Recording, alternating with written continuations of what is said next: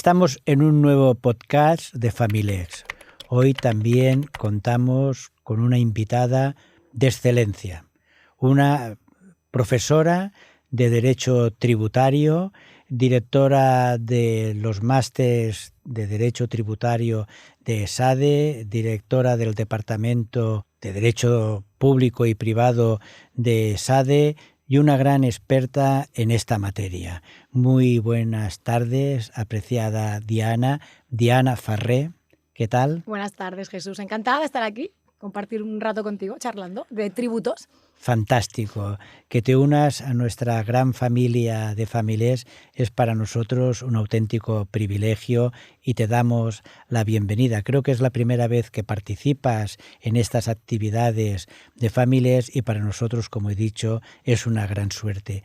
Vamos a tratar varios temas.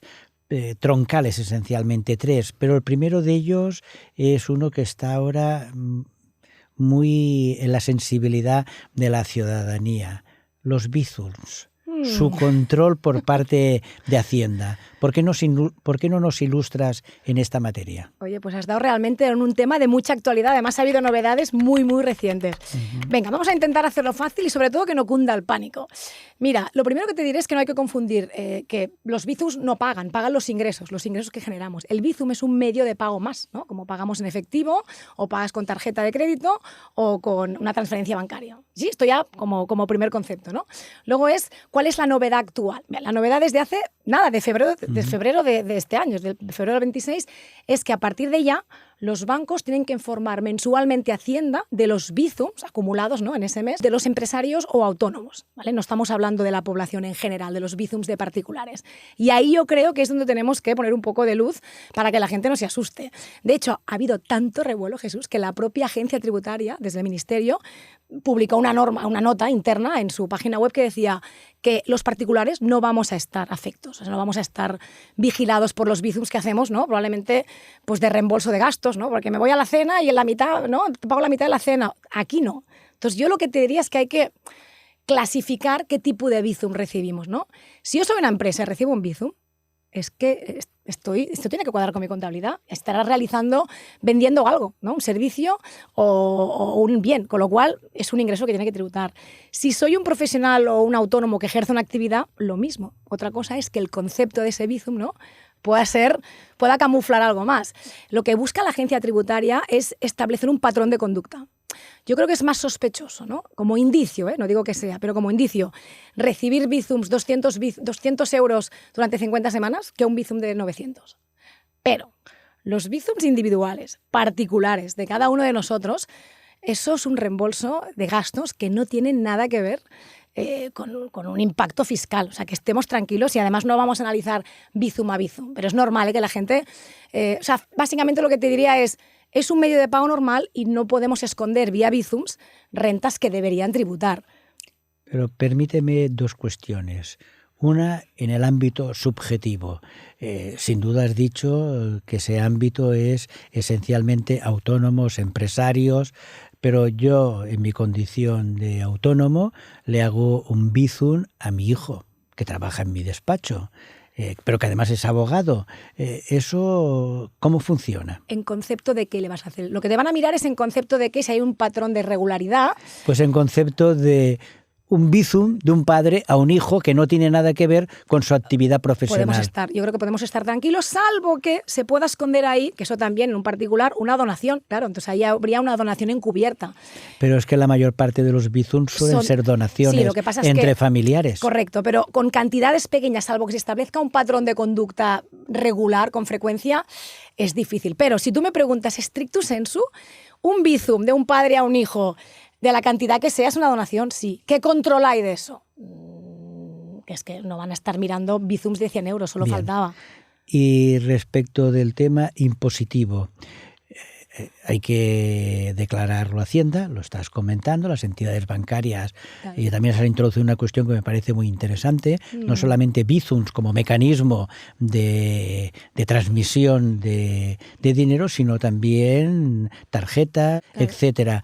Desde el punto de vista tributario, ¿cómo le afecta a ese empresario que ha hecho una transferencia o que ha hecho ese bizum cuando realmente responde a una prestación de servicios. No, exactamente como debería haber sido desde hace tiempo, hoy y mañana, ¿no? Si este bizum o esa transferencia responde a una prestación de servicio, es un ingreso que tiene que tributar y no tiene más. Es decir, quiero decirte que al final es verdad que se escapa la trazabilidad, ¿no?, del control de Hacienda esos bizums, pero no dejan de ser un medio de pago más a una actividad económica que ya se venía ejerciendo y que se va a seguir ejerciendo, ¿no? Entonces, ahí está el tema, que lo que dices tú, que se esconde o se puede camuflar algo y se confunde, ¿no?, lo que es un bizum de reembolso de gastos normales, vamos a cenar y, ¿no?, pagas tú, yo te pago la mitad, a realmente una actividad o un indicio de que ahí hay una actividad.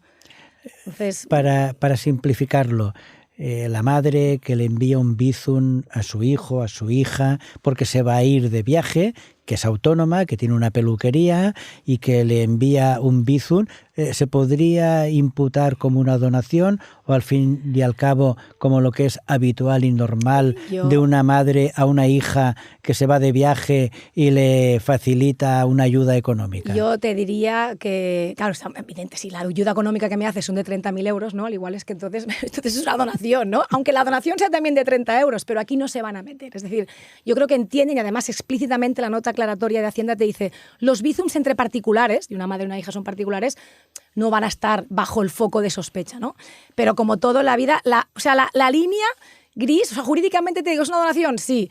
¿Va a estar en el foco ¿no?, en el punto de mira, donaciones o llámalo bizums entre familiares?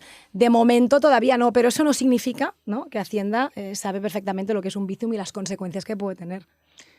Vamos a tratar también un tema muy interesante. El comercio a través de las plataformas digitales llevadas a cabo entre particulares.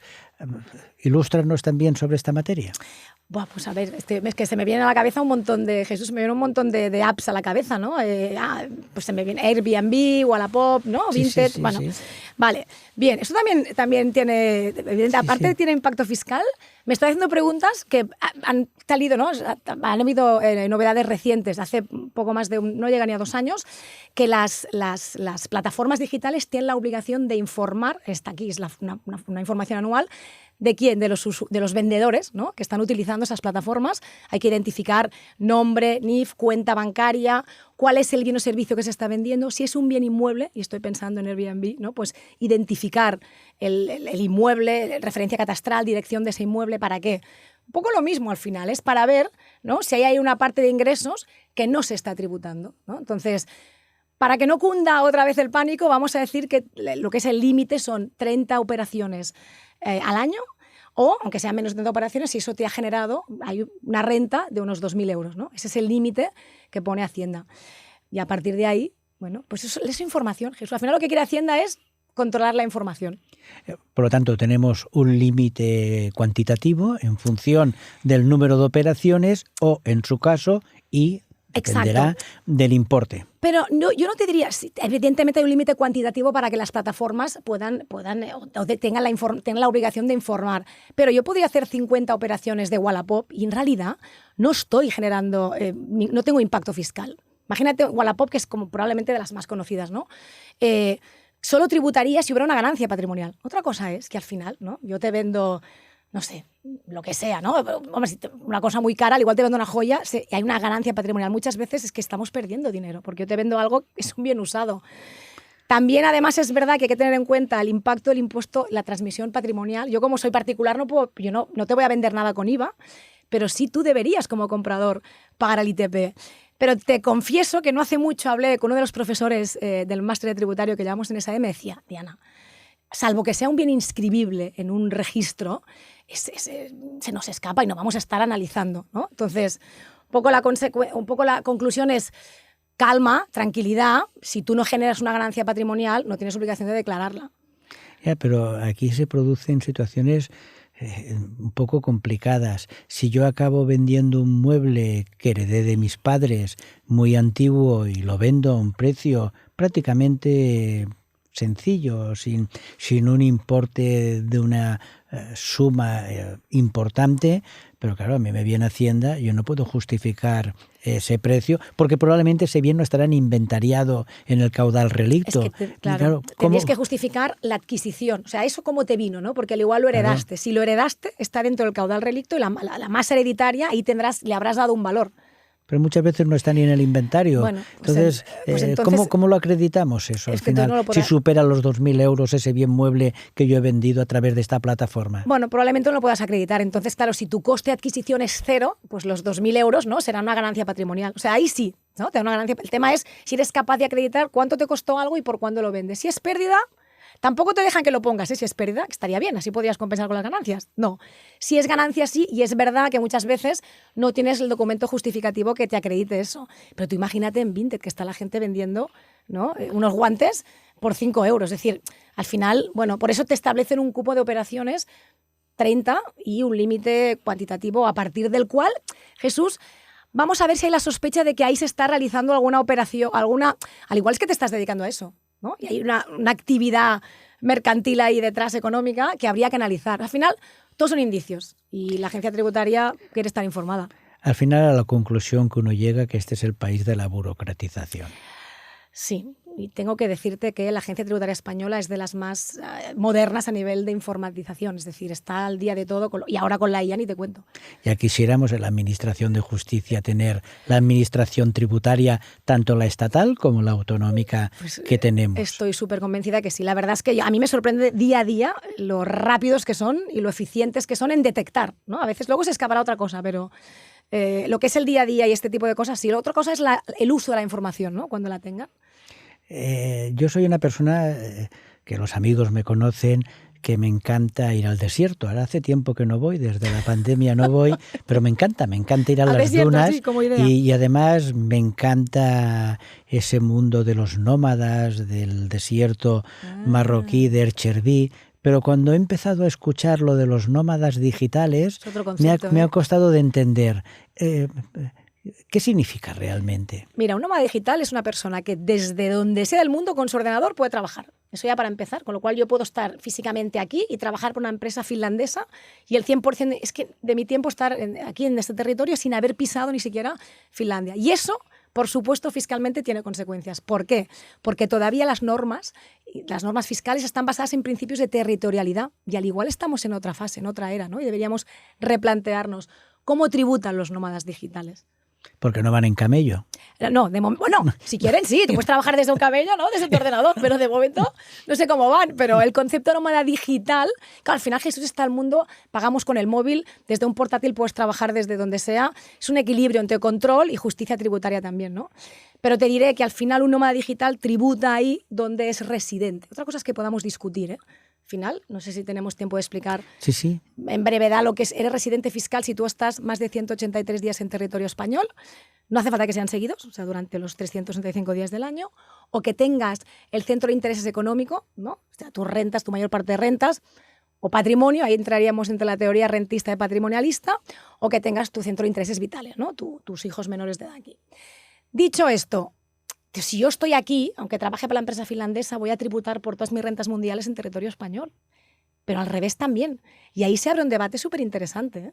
Uno, porque los estados hacen como una especie de competencia para atraer a nómadas digitales, porque estoy atrayendo tributación, claro, recaudación por todas las rentas mundiales. No sé si conoces un poco la ley Beckham, que por el nombre, ¿no? Sí, es el primero que la utilizó. Sí.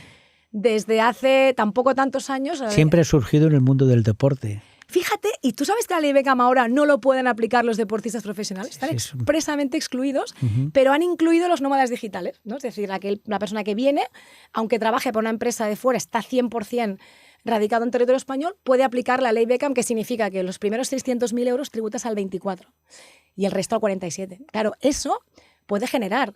esto puede generar debate, ¿eh? ¿No? De si el principio de qué prima más, ¿no? La igualdad, alguien que es residente. O la proporcionalidad. Exacto. O la capacidad de atracción, ¿no?, de alguien nuevo que viene y genera, pues, para el año que te trasladas y 5 más. Pero eso ha generado mucho debate en Portugal, en Italia, en UK, que han limitado estos regímenes. O sea, que los nómadas digitales dan para mucho. Luego te podría decir, ¿Dónde tendría que tributar, no, nómada digital? Estrictamente donde es residente, porque es ahí donde utiliza los servicios públicos, pero la empresa de Finlandia le está pagando el sueldo, ¿no? Y se deduce este sueldo. Entonces, ¿y cómo tributaría un nómada digital que da un bizum a través de una plataforma? Bueno, si él da un Las plataformas, bueno, los bizums siempre son a través de plataformas, pero bancarias, que sí, en este sí, caso, por sí. supuesto, pero que al final acaba utilizando una de estas plataformas para vender. Pues tributaría, para empezar, si el bizum, entiendo que lo recibe, ¿no? No que lo hace, o sea, si recibe un bizum que es a nivel particular, lo mismo que si lo recibes yo o tú, o nos hacemos un bizum ahora de la comida, o sea, eso, nada.